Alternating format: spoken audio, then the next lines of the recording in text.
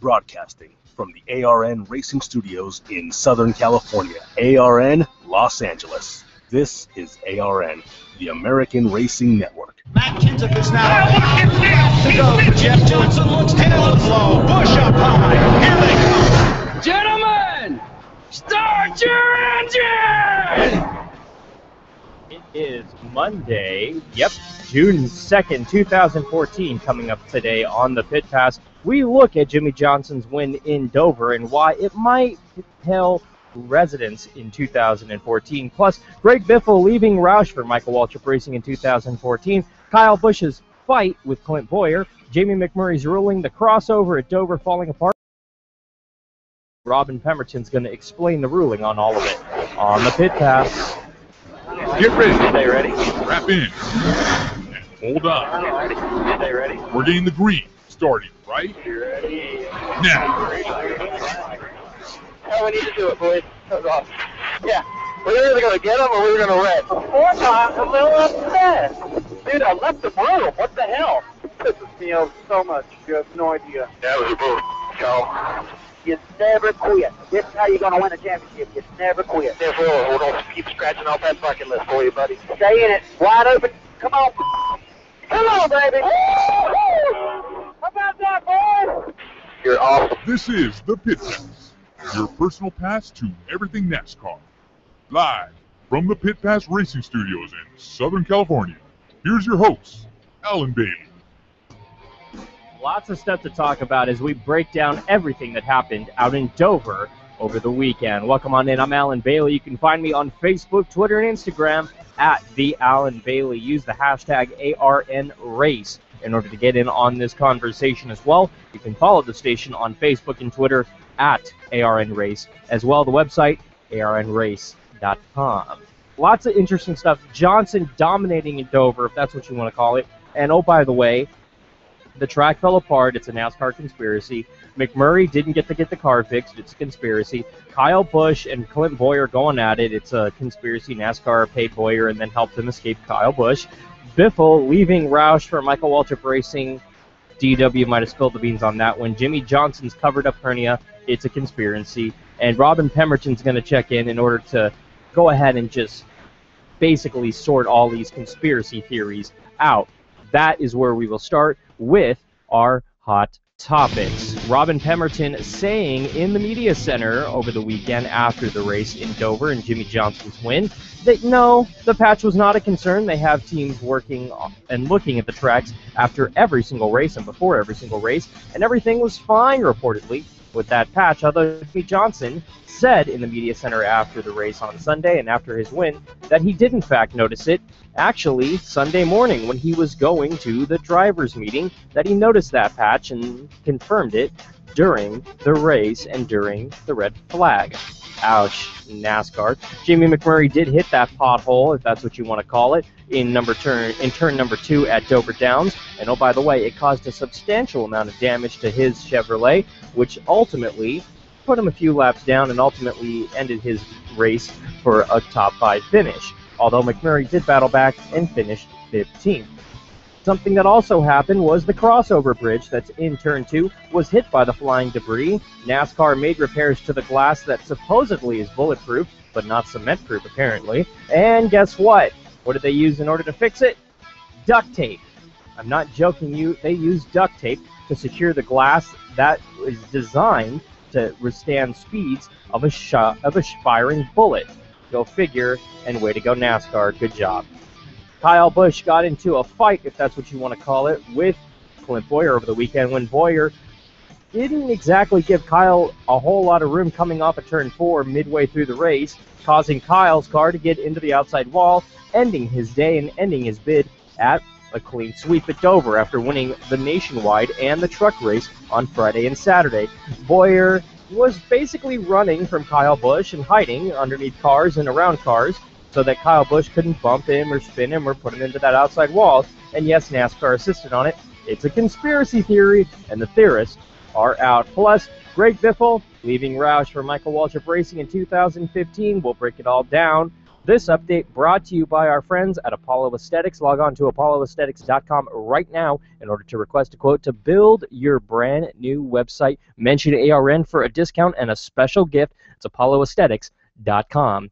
The number one thing that everyone wants to talk about, Robin Pemberton didn't exactly answer the fact that they basically didn't let Jamie McMurray fix his car. Look, you go back to 2004 at Martinsville, Jeff Gordon basically leading the race, basically dominant car in the race. He ran over a piece of the racetrack that came up, and guess what? After fighting with NASCAR for about 20 minutes, literally, Jeff Gordon and, yes, Mike Hilton on the racetrack at Martinsville and back in 2004, the spring of 2004, 10 years ago, they were physically on the racetrack, looking at the pothole, looking at Jeff's car, arguing, literally arguing on national television with no microphones present, by the way. And guess what? They said, nope, Jeff, we're not going to let you fix your car under red. You got to go ahead and fix it in the pits, go a few laps down. There goes your day. That's what they said. That set the precedent. That basically said to all the other competitors, hey, by the way, if there's a problem with your race car, just go ahead and just don't even think about it. You're going to pit under caution. You're not working with it on red.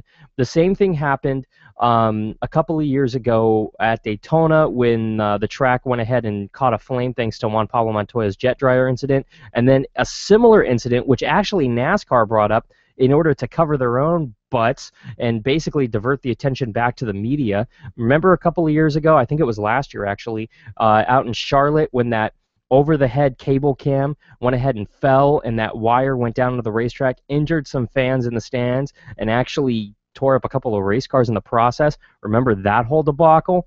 NASCAR went ahead and let the drivers fix that one. And guess what? It brings up this whole other issue. At what point is NASCAR going to go ahead and let these drivers fix these race cars when the issue clearly is with NASCAR, clearly is with the racetracks, not of their own doing? The reason the red flag is there is to stop the race. The reason that drivers' teams cannot work on their race cars during a red flag is simply because under normal circumstances, in this case being a yellow flag, they would not further have that opportunity in order to fix their car. So NASCAR said, under the red flag, no, sorry. If you wrecked your car, if you got into an accident during that red flag, you can't work on it.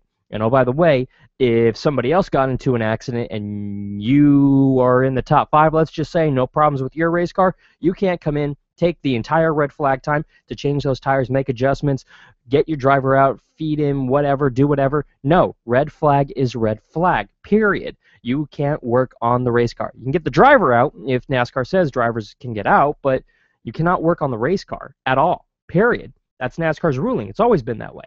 So what changes now? Well, NASCAR has to seriously look at their red flag policy and under what circumstances, realistically, that they can actually change tires and they can work on cars. McMurray did absolutely nothing wrong. This is a failure on NASCAR's part. In 2004 in Martinsville, NASCAR failed to notice a problem with the racetrack. They didn't fix it. It caused Jeff Gordon that race. NASCAR failed to notice a problem in Dover on yesterday morning, and guess what? It caused Jimmie McMurray a good run. Yes, he came home 15th, but that's not a whole... That means nothing to McMurray and to everybody at Ganassi Racing, because guess what? They had a top 10, potentially top 5 car. We'll never know, because NASCAR, more or less, and Dover International Speedway, more or less, took the opportunity to see if McMurray had that top 5 car away from him by not doing their jobs. I don't care what anybody says. NASCAR, Dover International Raceway, failed to do their jobs over the weekend, period, with McMurray. The fact that the crossover walkway actually was repaired with duct tape?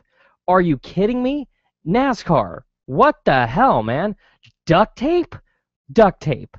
I mean, don't get me wrong, I'm a manly man, and I repair stuff with duct tape all the time, but I'm repairing stuff that comes apart at not high speeds. If I'm going over Dover, if I'm looking at Dover and I'm on the inside or outside of that racetrack and I got to get to the other side, I am not, repeat, not taking that crossover gate after it's been hit with that debris at 150-ish miles an hour. That's insane. We repaired it with duct tape. Robin Pemberton admitted that in the media center after the race yesterday. Are you kidding me? Duct tape? I'm no scientist or engineer here, but I'm fairly certain that duct tape can't hold speeds at 150 miles an hour. I don't know. On the front of a race car, if it's stuck down, it can stay there. But if something is thrown at a piece of glass at 150 plus miles an hour, I'm pretty sure the duct tape isn't going to hold up. I might be an idiot.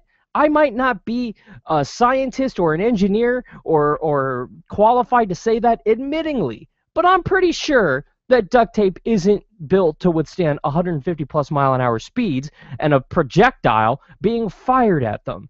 And oh, by the way, NASCAR, Dover International Speedway, and I believe it was DuPont who built that bridge, said, oh yeah, this can withstand rocks or lug nuts or anything like that. It can even withstand a tire being thrown at it at 150 plus miles an hour. It's a safe bridge. Fans who walk in this bridge are safe. They will never be hurt by this bridge. Nah. Well, that theory kind of went out the window on Sunday when rocks, literally, it wasn't even a big rock. It was little rocks, little tiny rocks, pebbles and dust that was thrown at that bridge, and it failed. Now, thank goodness that no one on that bridge, to our knowledge, was injured. Thank goodness. If you were injured, I hope that you're all right. I hope that nobody was hurt. I really do. But to our knowledge, no one was hurt on that bridge. The bridge held up, thank goodness. And now, when we go back in the fall for the chase, guess what? We have to worry about potholes and bridges falling apart. Awesome. Awesome. I can't wait, NASCAR. Good job, guys. I applaud you. That's awesome. Congratulations. Robin Pemberton going to be checking in. We're actually going to be playing you some audio from the media center after the race last night. Yeah, it gets kind of, really, Robin? Really? Really? Really? Bueller? Really? I mean, Robin's just clearly doing damage control, but I mean, hats off to the media that was there, because they actually did ask the questions that I would have asked if I were there, but at the same time, grill them a little bit more. Everybody kind of had their tail between their legs in the media center, and we cut out all the awkward pauses from the clip that we'll play a little later on, but there's a whole lot of audio, just dead air, just people standing around. The moderator for NASCAR gets up there and goes, any questions before we go upstairs? Okay, any questions? And then it's like nothing, and it's like, guys, what are we doing here? Ask the questions. And thank goodness that a couple of brave media members actually asked the questions. Do your jobs, guys. Seriously. Seriously. Wow. Everybody was basically afraid because Robin walked in with this scowl look on his face, and he was all stern, and ooh, Robin Pemberton. Ooh, Robin. Ooh.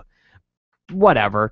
Honestly, he sidestepped. You knew he was going to sidestep. No one in the media actually had the cojones to actually grill him and ask the questions that needed to be asked. But they did ask a couple of good ones. We'll have that audio for you a little later on. Jimmie Johnson had hernia surgery on the offseason. Why did he keep this a secret, and how did it come up now? We'll talk about that. Plus, Kyle Busch's quote-unquote fight with Clint Bowyer. What sparked it? Is there grounds for Kyle to be upset? Was NASCAR protecting Bowyer? Plus, Greg Biffle leaving Roush Fenway Racing in 2015 for Michael Waltrip Racing, all but confirmed thanks to good old DW. I'm DW. Seriously, dude. Really? That was a huge bomb that he dropped on the Fox broadcast. Oh, yeah. I'm going to start there when we get back. Don't go anywhere. This is the Pit Pass, your personal pass for everything NASCAR, right here on ARN, the Motorsports Authority. This is ARN, the American Racing Network. Okay, so let's say that you're trying to build a website for free on one of these website builders. You go ahead and spend hours uploading your personal information and all of the photos that you've taken of your products, only to find out that you can't bring a .com onto that website without paying a huge fee. And you can't remove those ads without paying a huge fee. And you can't remove all of those pesky "this website was built for free" buttons without paying a huge fee. By the time you've paid all these fees, you've paid thousands of dollars in order to remove all of these pesky ads.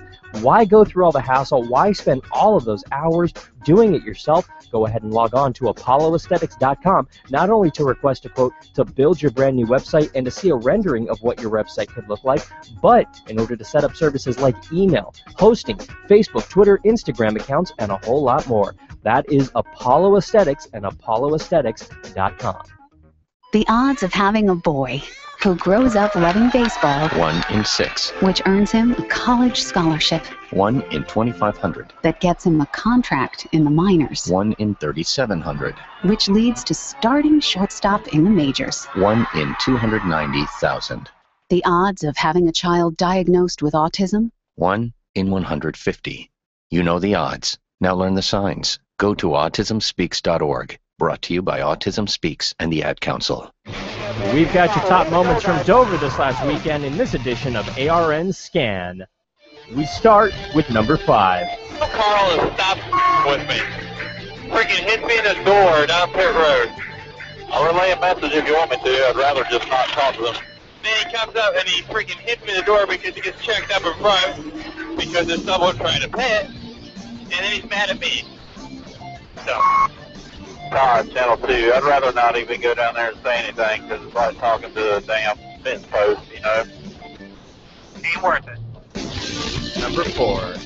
16 out there, 16 out there. Hold it, bud. Hold it. Easy. Clear. Gosh. Damn 17, I got it under me, turned right back under me, or into me. I don't know why. I was clearly past him when he turned back under me. What happened there, Joel? 47 just kamikazed on the bottom, went under the 17, and just ain't nothing left on the back. He'll have to go to the garage. Well, we're done. I'm good. Number 3. All clear. Sit in the fence behind you. Keep digging. Bell's out. We got right ear damage. Hit pretty hard. You okay, KB? KB, I know you're pissed. Talk to me. I can't see you. I can't hear you. Come down to the bottom. They're waiting on you. Come down. 18 is up here in turn 3 trying to wait. I'll do what we have to do to get under the car in front of you, put somebody in between you and him. Do not give him the opportunity to do nothing. Be smart here, Kyle. They're calling A. Kyle, stop. Get back up top. Here he comes inside of you. Right bumper. Keep going. NASCAR's helping you. Keep going. Don't let him hit you. They're calling you on that. Just stop. All right, stop and get in line. He's gone. Number 2. Popped the right front tire, or I hit something. I don't know what happened. You hit a huge piece of the track in the middle of the splitters.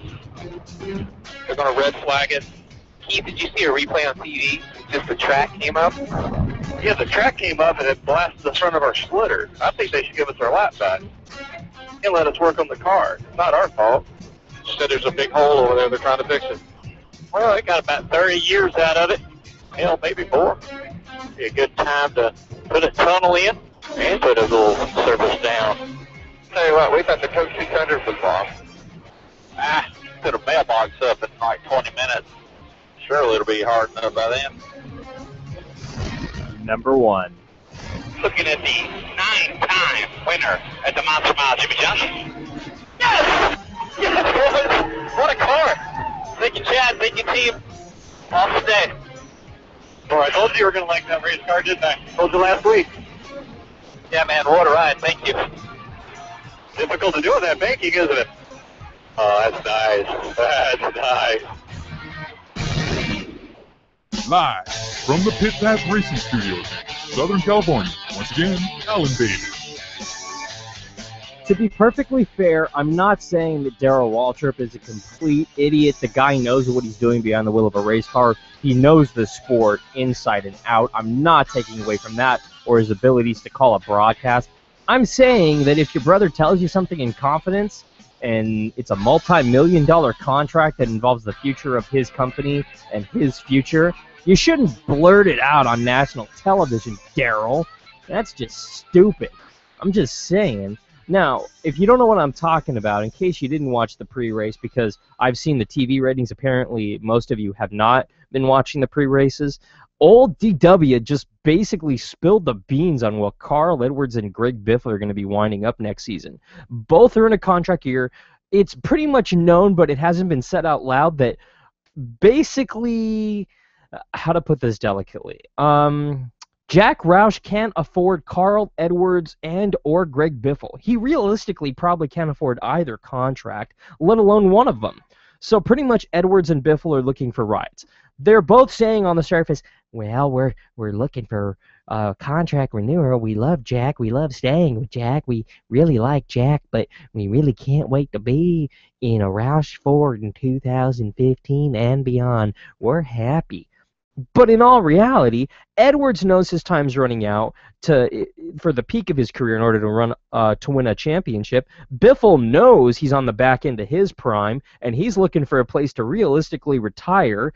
And both of them want to win races and contend for championships. Neither one of them are going to do that at Roush Fenway. I've documented it 1,000 times on this program and on other programs. I've said it so many times on Twitter, on Facebook, whatever. Edwards and Biffle need to go somewhere else in order to win a championship. They're not going to do it with Jack Roush. No one can win a championship with Jack Roush. And yes, I know he won championships with Matt Kenseth and yes, with, Kurt Busch. However, where are those two drivers now?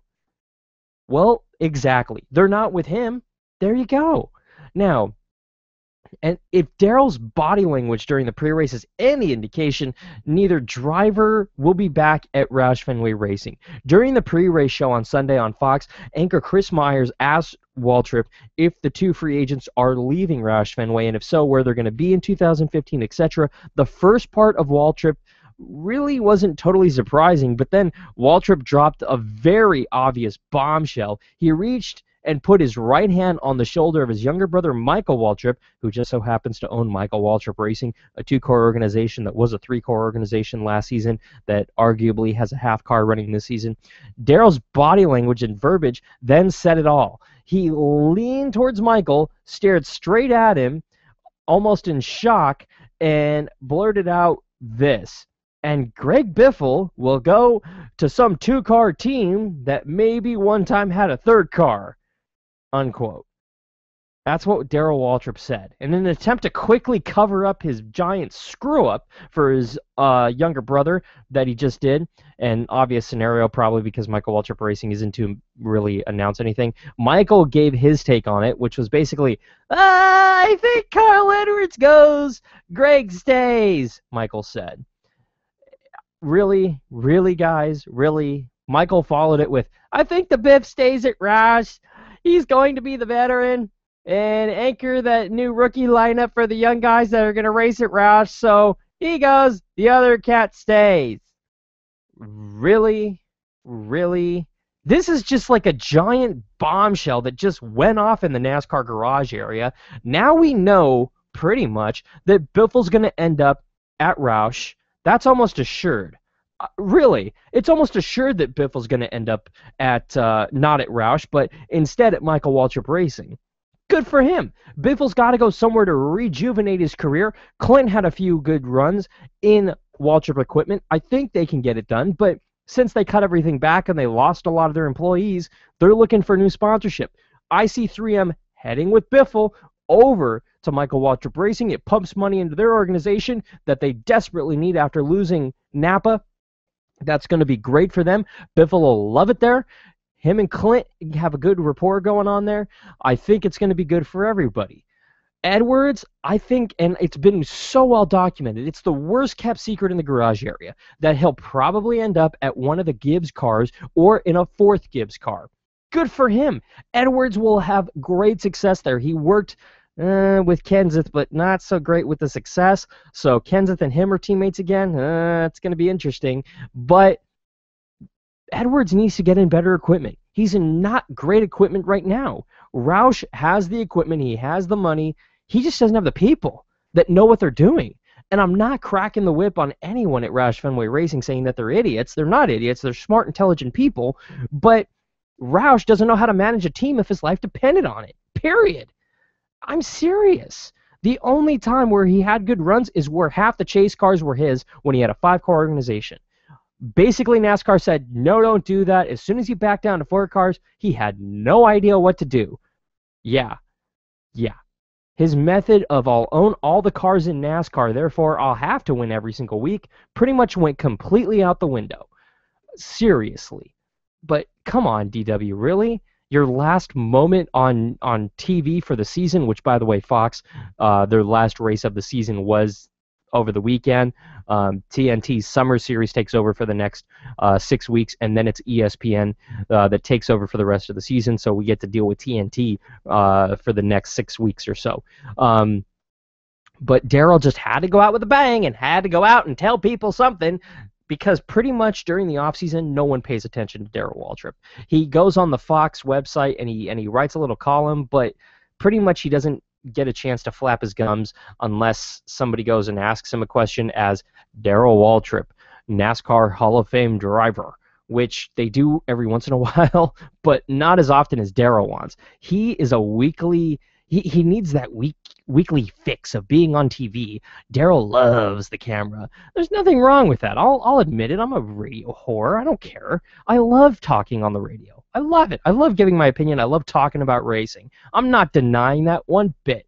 Darrell and I are very similar in that aspect, but where we're different is Darrell will go out and look for reasons to be on camera or cause a stir or cause people talking about him, because he loves the fact that people go, DW, boogity, boogity, boogity, Darrell Waltrip, Jaws. He loves it. A little too much. A little creepy. That's okay, though. Darrell, seriously, great driver, bud. Love you as a broadcaster, but don't go whoring yourself out to just get some immediate attention. Seriously. Come on. Anyway, what we'll do when we return is we're going to be talking about a number of things. Jimmie Johnson had a hernia surgery. Why did he hide it? Why did it come out? And what was his response to media members? It was actually kind of funny. I'll tell you about it a little bit later on. Kyle Busch's fight with Clint Bowyer, what spurred it? And was NASCAR protecting Bowyer? The NASCAR conspiracy blimp is out. People are spying on people. It's NASCAR hiding something. Ah! At least that's what the tweets and the emails are saying, and I'm thoroughly enjoying them. And I'm gonna say that with a grain of salt, because don't send me anymore. Please don't send me anymore. Robin Pemberton explained everything that happened with the track coming apart at Dover. Is Dover going to do something in order to fix the track? Are they going to try to repave it before we go back for the chase? I don't know. It's kind of all up in the air, and it's in NASCAR's court. They failed horribly on Sunday, just like they did in 2004, and now, well, we got to get to put them through the ringer a little bit. And am I enjoying it? Kind of, sort of, a lot. Yeah, I'm enjoying it, probably a little bit more than I should, really, but that's fine with me. I'm perfectly fine with that analogy. So do not go anywhere. We're going to have your tweets, your comments, your emails on the other side. You can send them at The Alan Bailey on Facebook, Twitter, and Instagram. Use the hashtag ARNRace to get in on this conversation as well. Don't go anywhere. It's the Pit Pass, your personal pass for everything NASCAR, right here on ARN. This is ARN, the American Racing Network. I'm not sure if you know, but a lot of people are on Facebook, Twitter, and Instagram. And if I'm speaking a foreign language to you right now, don't worry. A lot of people have trouble with it, but you should not be one of them. If you're looking to get your business online, and if you're looking to build a stronger web presence online in order to build more customers and to sell more product, log on to apolloaesthetics.com. Not only will they help build a brand new custom website for you, but they'll help set you up with Instagram, Facebook, and Twitter accounts in order to build your customer base and get your product out there for people to see. Everyone's online and everyone has a smartphone. Does that free custom website that you can build really work on an iPod or an iPad? Well, Apollo Aesthetics build websites that not only are capable of working, but work with all kinds of smartphones and mobile devices. Log on to apolloaesthetics.com not only to see all the services that they offer, but to request a quote to get your business online today. It's apolloaesthetics.com. Army Specialist Andrew Pike became paralyzed while serving in Iraq. My injury was a gunshot wound to the left abdomen from a sniper. My first contact with paralyzed veterans was in Walter Reed. Paralyzed veterans, National Service Officer Michael Killen. We try to reassure them what benefits are out there, try to educate them and take some of that stress away from them. Right now I'm going back to school to earn a degree, and I'm just spending time with my wife and child. You can help our paralyzed veterans. Visit pva.org. The Furious Five! Yeah, the Furious Five. Furious 5, huh? Furious 5. It is that time again. It is time for the Furious 5 right here on ARN and at Dover and the Monster Mile. You know it got crazy with Kyle Busch drama and everything else in between. Number 5. Turn 2, guys. Big trouble. The car hard in the wall is 17. Came across and got you. We're going pretty bad here, guys. Landon Castle spins to try to miss him, and Ricky Stenhouse is wrecked. And they are teammates of Roush Fenway Racing, and that's 2 of Jack Roush's 3 cars knocked out. I'm just trying to maintain a little bit there, and the 47 came flying up the inside, and I just tried to stay out of his way, and he caught my left front, got up into Greg Biffle. You know, that's probably the worst part about it is getting your teammate caught up in it. You know, it looked like AJ was driving, you know, pretty hard like he always does, and you know, just didn't quite have enough room there and caught the front of the 17 car and turned himself up into me. But, you know, that's racing. That's what happens. It's pretty tight around this concrete, you know, mile, and that's why they call it the Monster Mile. It's a tough place. Number 4. Oh, not far. 41 inside. Wow. Has he cut a tire down, Darryl? You know what? That's a piece of the track, guys. They were over there in turn 2 working last night in that area of the racetrack. When it exploded, it looked like fluid went somewhere, but that's a piece of the racetrack. It's a big chunk of track right there. When I was coming to the driver's meeting, I could just see the corner of one of those slabs, you know, the way the squares or rectangles are poured on the track. I could see something from afar that just looked like the edge was broken, like the corner was broken on it. I didn't think much of it, and when I came back around and saw that was the spot, I'm like, no way, that's what I saw from afar. We do a track walk after every race in the morning. So at the time, you know, that had been a previous patch, but our staff or crew didn't see anything wrong. Number 3. Kyle Busch, looking for his 4th win of 2014. Coming out of turn number 4, he'll win again. Let it go, guys. That's pretty good. He's had a lot of practice. This is the 39th time he's been able to do it here in the Truck Series. 133 combined wins in the 3 top series of NASCAR. Number 2.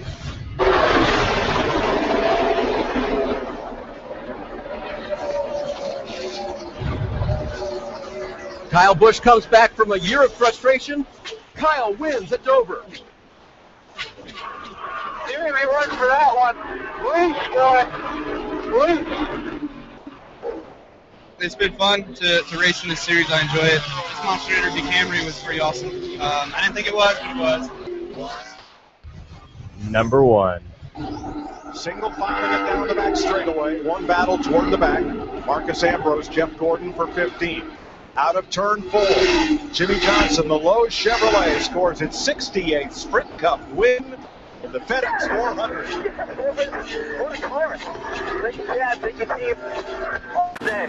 You know, we've been getting closer, and then we've got a new generation car that Chad just had a lot of faith in and put a lot of time and effort into. And he told me I'd love the car, and sure enough, you know, we unloaded and got on the track, and it was right. That's your Furious 5. The Furious Five! Yeah, the Furious Five. Furious 5, huh? Furious 5.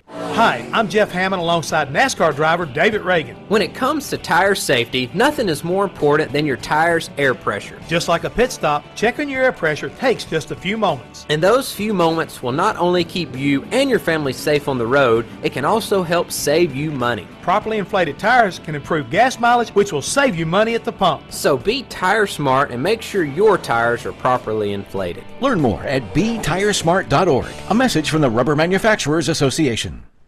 Live from the Pit Pass Racing Studios in Southern California, once again, Alan Daly.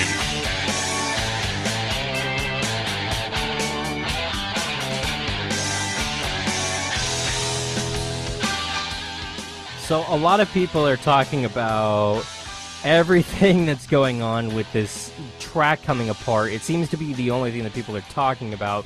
I'm getting little gems like this.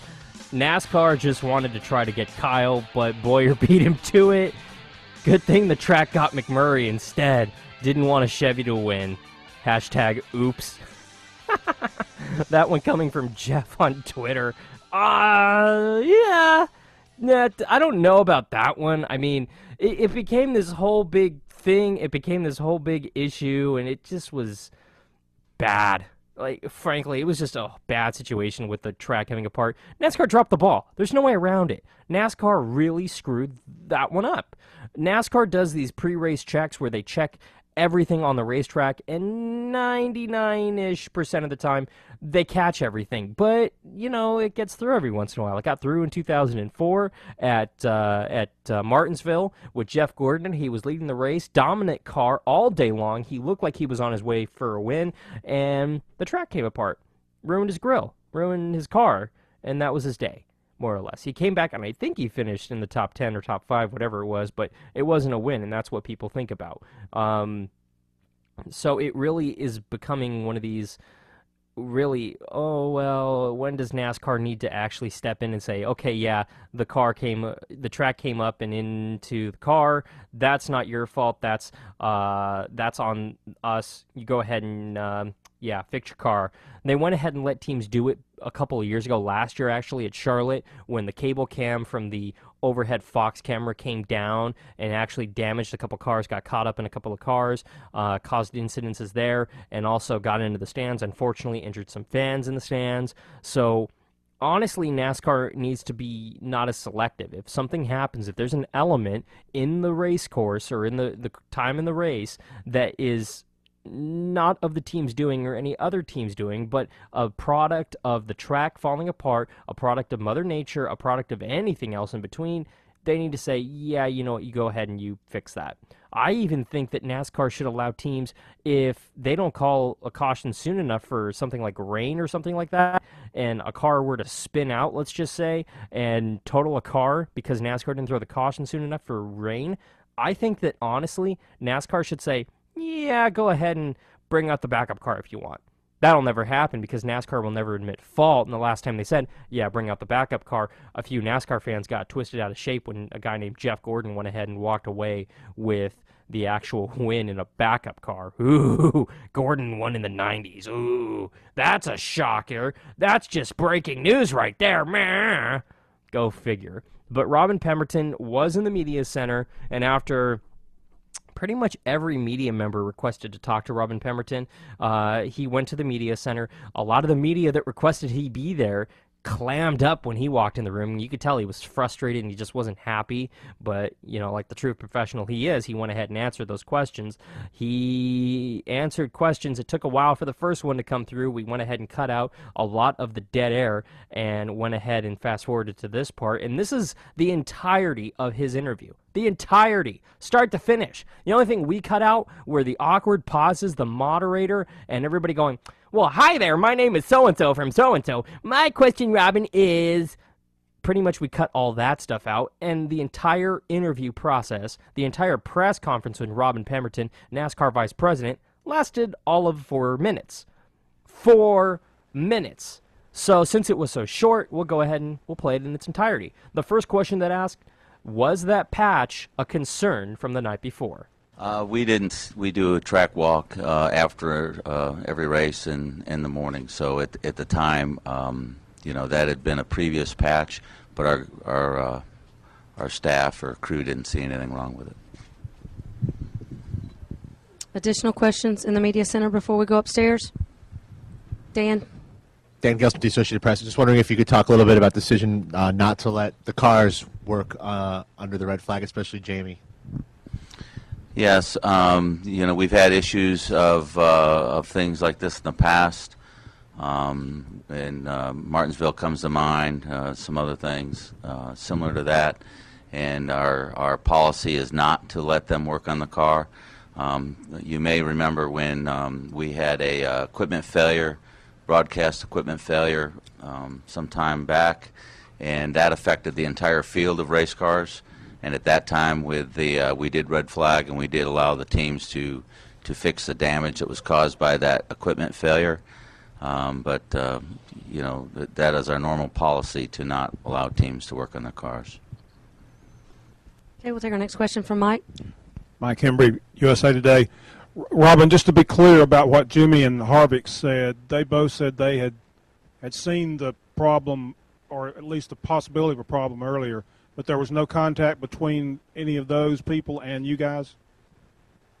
No, there's a staff at every racetrack that goes and walks and checks for things like that. So when they did their check, either post-race or this morning, they did not see a problem with that. Okay, Mary Jo, go ahead. Mary Jo Buchanan, Speedway Media. Can you talk a little bit, Robin, about how the actual repair was made, the materials used? Yeah, our teams are, we have equipment and we have product at every facility. Facilities keep it on hand. We do bring extras in case there is a need for it, but it is it's an epoxy type filler that we use, and it's basically the same filler that's used at any time we make a repair at the track, whether it be asphalt or concrete. Okay, we had one here from Holly. Holly Kane, NASCAR.com. How big did the hole turn out to be? Can you give us any dimensions? I can't recall what he said. It was 2 or 3 inches deep, and it was 6 or 8 inches by maybe 10 inches or something like that. So it was pretty substantial. Okay, we have a question in the back, Seth. Seth Livingstone, NASCAR Newswire. Robin, there was also some issue with the crossover walkway with the glass there. Was that ever a concern? When we were notified about that, the track maintenance department went up and looked at it. They felt that it was not going to be an issue. They kept personnel on the bridge for the rest of the race. They also put tape on, or duct tape, to try to secure to help with the vibration, but they did not feel that it was going to be an issue. Use your mic. I can't hear you. They just made sure that nobody was standing on the bridge. Well, the track doesn't want things like this to happen any more than we do or the competitors do. So this isn't a recommendation. I mean, you always go into a facility. Things happen, and that's why we have.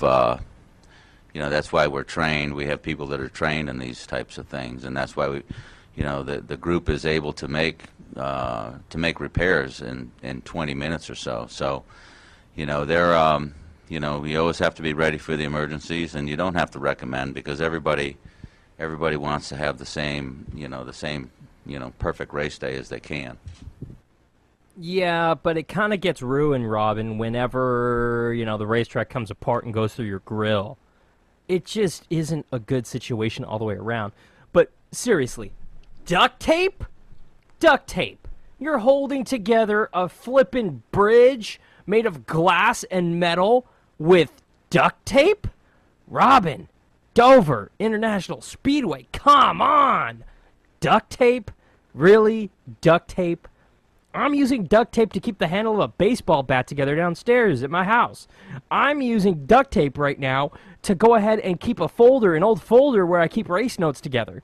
I'm using duct tape, I've used duct tape to keep on fenders on a car that drives maximum 70 miles an hour. Not too well, I might add. I've never used duct tape to hold together a bridge that supposedly is built to withstand 150-mile-an-hour bullets, and I'm talking about concrete debris, tires, whatever, thrown at the bridge. NASCAR and Dover gloated about the fact, well, we have these really cool bridges. Well, these things are built to withstand a hit. Well, they can't withstand a race car, but they can sure withstand a tire. That you can throw a tire at it at 150 mile an hour, it'll stand up real great. No, it didn't. No, it didn't. Dover International Speedway just dropped the ball with that one. NASCAR, well, we made sure nobody was standing there. That's just great. So what happens if a mother, a father, and their 2 kids are just so happen to be walking on that bridge when a part of that racetrack comes apart again, God forbid, and just gets up into that walkway? What happens to that family then? That's things that NASCAR needs to think about. I'm so disappointed in NASCAR for the way that they handled the bridge situation and the way they downplayed it. Oh, we held it together with duct tape. Great. Duct tape. Seriously? Seriously. I'm seriously disgusted by that. I mean, yuck. In lighter news, if this is what you want to call it, yes, I did in fact see that Kyle Larson bought his first home. The kid won his second Nationwide Series race last weekend, and he went ahead and tweeted a picture of it today. It's very much not your typical starter home. First off, it's located in Huntersville, in case you are trying to stalk Kyle Larson. It's located in Huntersville, and he tweeted out a picture of the house with, got the keys to my first house. And it's a great-looking little house. It's not little, to be very frank. It's got a huge yard. It's a 2-story. It looks like, I'm totally speculating, but it looks like it's at least, I don't know, 150, 250 square feet. I honestly can't see the back of it, so I can't really give you an estimation. But there's trees in the backyard. I see some power lines in the backyard. Great curvature, great driveway. It looks like the driveway runs past the house, and maybe there's a garage attached. I can't really tell. The picture's not spectacular, but other drivers have been tweeting it out. Dale Earnhardt Jr. tweeted out not too long ago. At Stenhouse, at Keselowski, at Kyle Larson Racing. That's what's inside. 8 beanbag, 80-inch TV, room full of Capri Sun, life-size statue of Optimus Prime. Keselowski tweeted back, at Dale Jr., at Stenhouse, at Kyle Larson Racing. Don't forget the Xbox One and a year's supply of Doritos. I like Doritos. Those are cool. Larson replied with, at Keselowski, Dale Jr., Stenhouse Jr., it'll look more like Chuck E. Cheese with even more TVs in there. Nice. And Denny Hamlin probably had the best one. He retweets a picture of it with, "Let's break it in." Denny's a partier. I'll say it. Denny knows how to party. He really, really knows how to party. Honestly, he's one of those guys that I don't want to say he became a racer and then really used it to flourish a party baller lifestyle, but he really, truly did. I mean, the guy just totally is just, I don't know, he loves the wild lifestyle. Just loves the wild lifestyle. And he enjoys a lot of it. A lot of it. The first thing he did once he could afford it is he went out and he got a multi-million-dollar beachfront, or not beachfront, lakefront property, got the big old boat/yacht docked in the backyard, got a couple of really nice cars from Toyota there. Yeah, he's a baller. Tony Kanaan had a funny one too. Where's my bedroom? Ha ha ha, congrats. Yeah, I want to know how many bedrooms it has. I'm thinking it looks more like 5 bedrooms. Why a single guy? I don't actually... No, he has a girlfriend. Why a couple needs a 5... Well, no, I just figured that out as I said it. I can figure out why a couple, presumably that will be engaged/married soon, no pressure there, Larson, would need a 5 to 6 bedroom house. Yeah, I just figured that one out. Kyle, Larson, good luck with that one, pal. Have fun. Da-da-da-ding. Just saying. Danica Patrick just tweeted out, man, crate training sucks. Hate leaving and hearing Dallas Stenhouse cry. Ouch. Dallas Stenhouse, relative of Ricky Stenhouse. So, Yeah. I don't know. I'm on that note, since I brought it up with the tweet, I'm really glad that Danica and Stenhouse are truly, it seems like they're happy, at least from the outside looking in. They're still together. I don't know. I'm glad for it. I think it would be amazing, though, no pressure, Ricky, if they became engaged. I think that it would just bring up so many funny situations. Not that there isn't funny and awkward situations now, but it would definitely bring up a few more that I kind of want to see. I kind of want to see what happens if husband and wife are raising each other for the win. Not that that's probably going to happen anytime soon with Danica.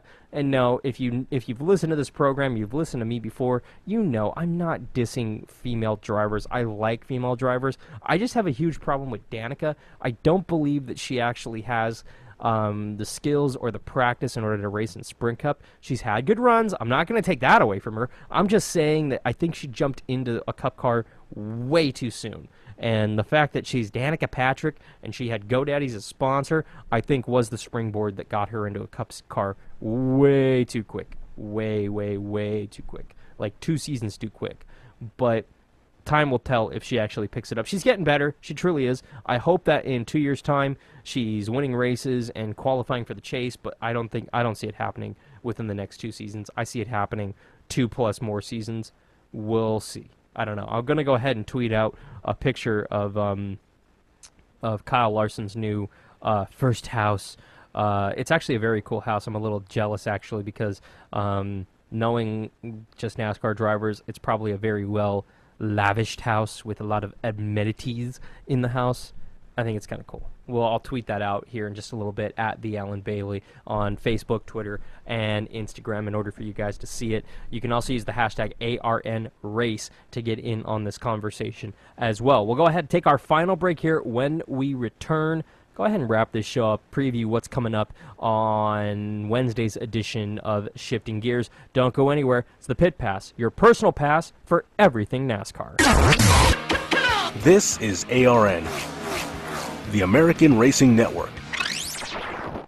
Do you have the next big idea or the next product to sell online? Don't know where to begin? Well, it's very simple. ApolloAesthetics.com. They'll not only help build your website for you, for your company, but they'll also help get you involved on social media and help get ads placed on Google. What you do is log on to ApolloAesthetics.com where you can request a quote to build your brand new website right now. They'll help set up email and hosting for you as well. That's Apollo Aesthetics and ApolloAesthetics.com. The odds of having a boy who grows up loving baseball, 1 in 6. which earns him a college scholarship, 1 in 2,500. that gets him a contract in the minors, 1 in 3,700. which leads to starting shortstop in the majors. 1 in 290,000. The odds of having a child diagnosed with autism, 1 in 150. You know the odds. Now learn the signs. Go to autismspeaks.org. Brought to you by Autism Speaks and the Ad Council.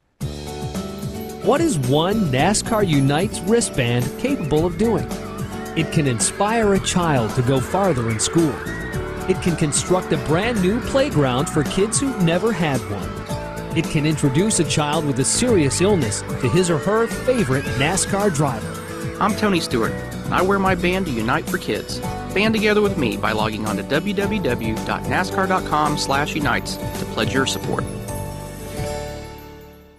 Live from the Pit Pass Racing Studios in Southern California, once again, Alan Bailey.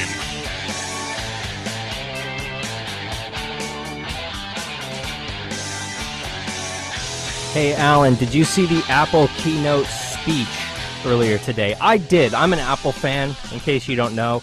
I've got the iPhone, I've got the Macs, I've got the iPods, I've got everything except for a pad, and that's okay, because I've got everything else that I need. And yes, I did watch it. Yes, I'm excited. Yes, I'm bummed/angered that basically Apple just went ahead and just teased us. It was like, oh, by the way, here's all this cool new stuff that we're going to make, but it's not coming out for, the fall. So basically, here's all the cool stuff. You can watch it and fantasize about using it, but you can't have it till the fall. Ha ha ha. That'll teach you, Apple. Yeah, I actually got a buddy. Well, he's not a buddy of mine. He's more like a future brother-in-law. No pressure. No pressure. Who has been? He got an iPhone. I don't know, a couple months ago, and he's liking the iPhone mostly, and he really wants a MacBook Pro. So what he went ahead and did was he's going and he's getting one today. And he's literally, he was texting me, and we were texting each other during that Apple keynote thing today / announcement. Oh, that's cool. Oh, that's great. Oh, I can't wait to use that. Ah! And that was the thing that we were doing today during the keynote. And guess what? He kind of just said, screw it. And he's going out and he's biting the bullet and getting himself one of those expensive things. Those are expensive, man. They're like $3 grand. Brand new. That's a lot of money. I don't care what anybody says. That's a lot of money. For somebody who's making a decent amount of money or Joe Schmo trying to save up for one, that's a lot of money. And yeah, they're a great product, but they are pricey, man. I'm not denying that one. I love it. I just didn't wish I have to pay so much for it. I'm just saying. But yeah, I'm excited about the updates. I need a new phone though. I've got the 4S and I love it, but I need the new phone. I'm waiting for that Apple iPhone 6 or 7 or whatever is coming out. It's the 6 that's coming out soon, hopefully, or whatever they're going to call it. I need it now because this phone's dying. The battery's dying. I'm looking at my screen on my iPhone right now, and even though it was in the charger not too long ago, I took it out and I sat it here at the beginning of the show. In about an hour, it's down 10%. I've done nothing to it. And yeah, the battery's dying, but I don't want to buy a new one because I'd rather buy a new phone. Yeah. Oh yeah. But congratulations to John, actually, because he's getting a new computer. And I'm sure he's geeking out about it and freaking out about it. And yes, I'm here for lessons. I am available. You can reach me at The Alan Bailey on Facebook and Twitter and Instagram, or on my website, thealanbailey.com. Just saying. I'm here. Use me. I know Apple. But we should get back to racing. We should talk racing because that's kind of what this show's all about. Kyle Busch and Clint Bowyer got into a quote-unquote fight, and a lot of you are making a big deal because, NASCAR was protecting him. Yeah, because guess what? NASCAR didn't want to see a couple other drivers get into a fist fight before, after, or during the race. And oh, by the way, they didn't want to see a couple of cars taken out. So yeah, NASCAR was saying, hey, hey, Bowyer, it's okay. Speed up, pass cars. We don't care. Do whatever you got to do. Get away from Kyle. And if there'll be a penalty, who knows? I really don't see a penalty because Kyle didn't do anything. He really didn't. I mean, NASCAR went ahead and assumed he was going to do something, and yeah, he probably was if he got to him. But nothing happened. So if NASCAR drops a penalty, I'd be very surprised by that. But I don't see anything coming from that Kyle Busch, Clint Bowyer, quote-unquote, fight. And as far as it being a conspiracy, I don't think so. And for all of you calling out Clint Bowyer for, that was a Bowyer wrecks again. Bowyer brings out another timely caution. Bowyer this, Bowyer that. No, Bowyer just got bad information from a spotter. A spotter said clear high when he wasn't clear high. And then he really wasn't clear high and went up there and Kyle was there. That was just a bad spotter doing not his job there. It happens. It happens. Usually it's not so public, not like this, but it happens from time to time. Another story I wanted to get in before the end of the show. Jimmie Johnson had a hernia. He had them removed. He had 3, actually. He had them removed, actually, right after the award ceremony. Doctors told him early or mid-season last season, so about a year ago, yeah, they're there. You can wait about a year or a few years if you want to get rid of them. He bit the bullet. He said, no, I'm going to take care of him now. I'd rather not. He asked people in the media after the race, have you ever had a problem where you were in the hospital for a few days that you didn't want people to know about it? And a bunch of media members kind of ducked their heads down. Yeah, I to be perfectly honest, I've been in that exact same boat. I was hospitalized about a year and a half ago, whatever it was. I was severely dehydrated. I ate something that did not settle well, let's just say, and it caused some issues. And I had some allergies that really led to those issues, and it ultimately led me to spend a day in the hospital. Just one day. It wasn't that bad, but I was in the hospital. I needed fluids. It was not a fun situation. I completely understand what Jimmie's going through. He didn't want everybody to know. You don't publicize, oh, by the way, I was hospitalized for something bad. It hurt like hell. By the way, thank you. Especially something like that. So Jimmie Johnson had a hernia. Big deal. He's lifting up all those damn championship trophies. Go figure.